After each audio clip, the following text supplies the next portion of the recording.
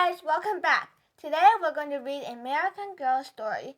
This story is called a biography story called A Girl Named Misty. This is basically the true story on Misty Copeland. Let's get started. Introduction. Misty Copeland loves to dance. Growing up, Misty was a shy African-American girl who blended into the background of her big family. Little did she know that one day she would be a star. From the start, the passion inside Misty shone through each twirl and leap. Dancing made her feel free and strong. This quiet little girl's talent would lead her to become a groundbreaking dancer at one of the top ballet companies in the world. Chapter 1. Finding Her Shine. Change was part of Misty's childhood. Born on September 10, 1982 in Kansas City, Missouri. She moved with her mom, Sylvia de la Serna, and siblings to Southern California when she was 2. Over the years, they moved between apartments and houses. Sometimes Misty's family has to make do with little money. With 2 big brothers and a big sister and a younger brother and sister, Misty had to share her mom's attention. Misty lit up when her mom complimented something she had done. She pushed herself to be perfect in school, but worries nagged at her. What if her best wasn't not good enough? What if they move again? At home in San Pedro, California, 7-year-old Misty was watching TV when a movie about Olympic gymnast Nadia Comaneci came on. Her flips, spins, and leaps across the floor amazed Misty. Watching Nadia mix of acrobatics and dance made her want to move like that too. In the yard, Misty taught herself how to do cartwheels and handstands. She was able to master gymnastics moves with a little effort.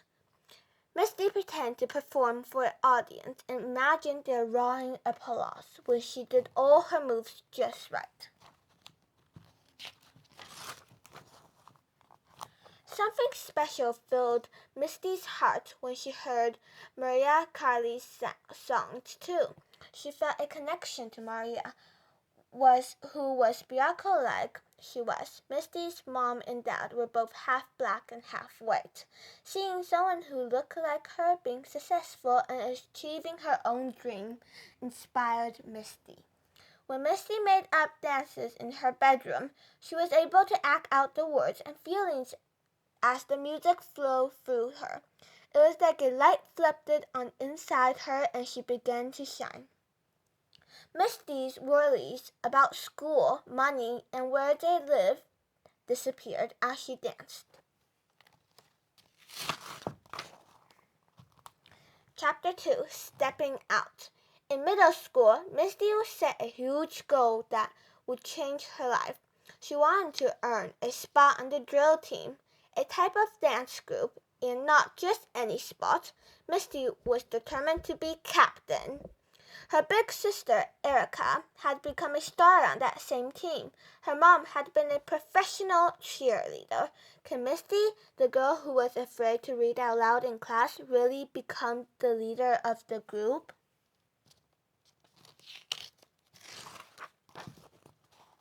On the audition day, Misty stepped in front of the judges and gave it her all.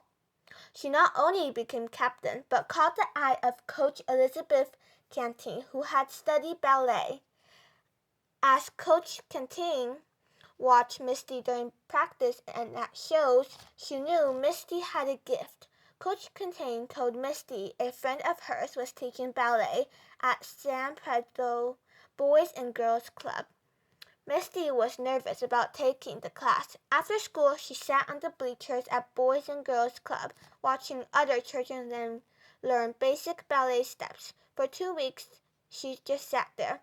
Not even the ballet teacher encouragement could get her to join in.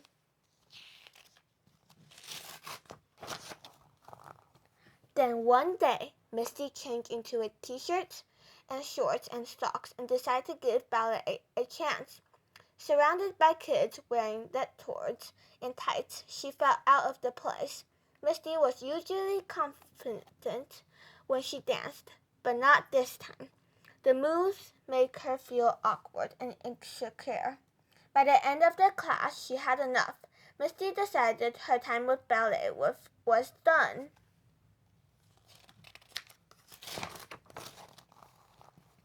Putting in work.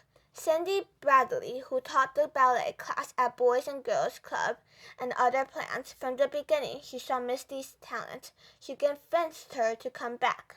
At age 13, Misty was much older than most beginners, but she was a natural. Cindy offered Misty a full scholarship to her ballet school so that she could learn more. All of her classes and ballet clothes would be free. Misty's mom was so proud of her daughter of earning a chance to develop her talent. Almost every day, Misty went to Cindy's studio.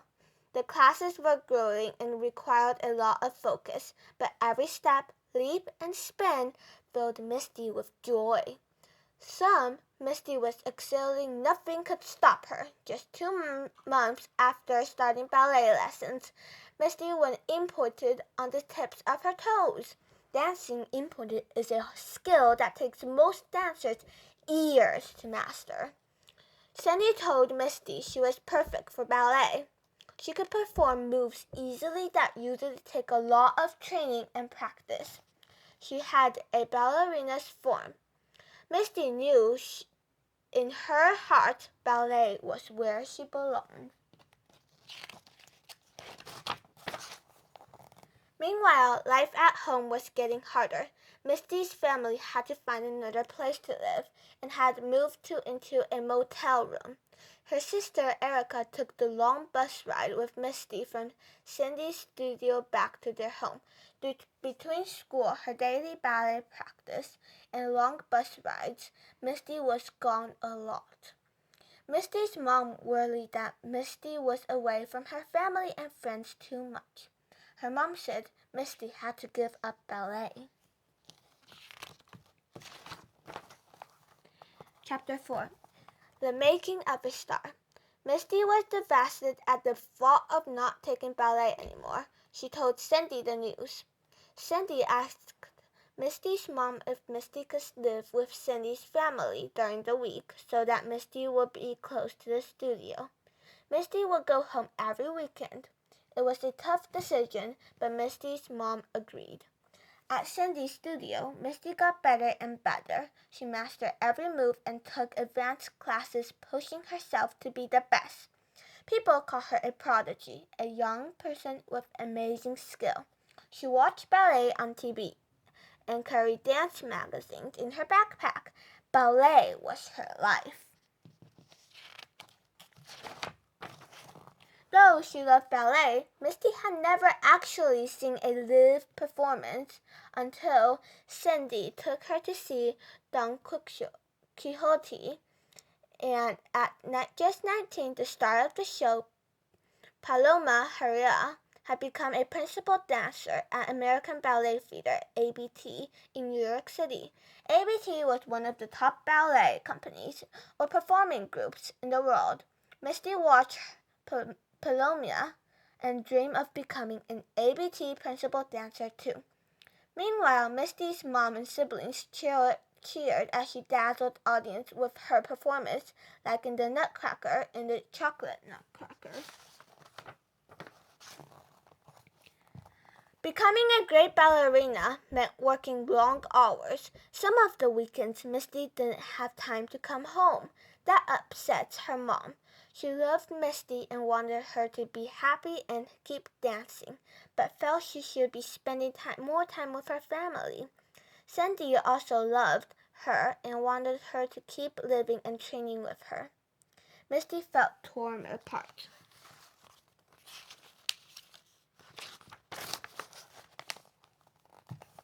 In time, it was decided Misty would live with her mom and siblings and go to a different ballet studio closer to home. After a while, Misty's mom got a new job and moved her family from the motel to a nice apartment. Misty worked hard at the new ballet studio and even earned an invitation to summer program at American Ballet Theater. Misty's dedication and talent wowed the people at ABT. The next year, after Misty graduated from high school, she moved to New York City to become a member of ABT, the same company that her idol, Palma Herrera, danced for.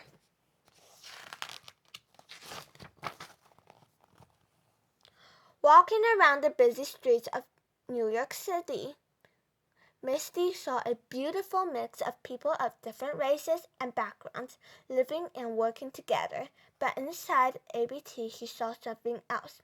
When she was promoted at age 19 to the Corps de Ballet, a permanent member of the main ballet company, Misty was the only black woman out of dozens of dancers. Shortly after joining the Corps de Ballet, Misty felt a terrible pain while she dancing. She injured her back and will need a year to recover. When Misty returned to ABT, she had changed. Her thin body had matured and had more curves, a shape somehow thought wasn't right for ballet. It hurt Misty to know that some people didn't think women with brown skin and curves should be ballerinas. Over time, other African Americans in the world of ballet helped Misty see that she belonged. She was not just dancing for herself anymore. She was dancing for every African American ballerina who never had a chance to rise to the top. She danced for all the kids who would one day follow her example. Misty found strength in them and in herself. Chapter 6. Dancing in the Spotlight. Misty showed everyone she deserved the spotlight. At the age of 24, she became a soloist. Misty was only the second African American female soloist in the company's history. 5 years later, she got the role of a lifetime in The Firebird, this famous ballet about a magical bird who helps a prince defeat an evil sorcerer, and had been around for more than 100 years. Misty would be the first African American woman to dance the role of the Firebird for a major ballet company. For months, Misty poured all of herself into practicing. Even when her leg began to hurt, she kept going. Misty pushed through the pain, not realizing she had severe fractures, a type of serious injury that could threaten her career. One day, Misty saw a huge banner hanging outside of the Metropolitan Opera House. It was a photo of her as the Firebird. She teared up when she saw it. Many girls would see her brown skin and curves and see a reflection of themselves. On opening night of packed performance, Misty's pain was horrible. She focused instead on all the people who believed in her and become the Firebird. Days later, Misty knew she couldn't continue. She had to take another break from ABT and have a major surgery. Will she be able to return?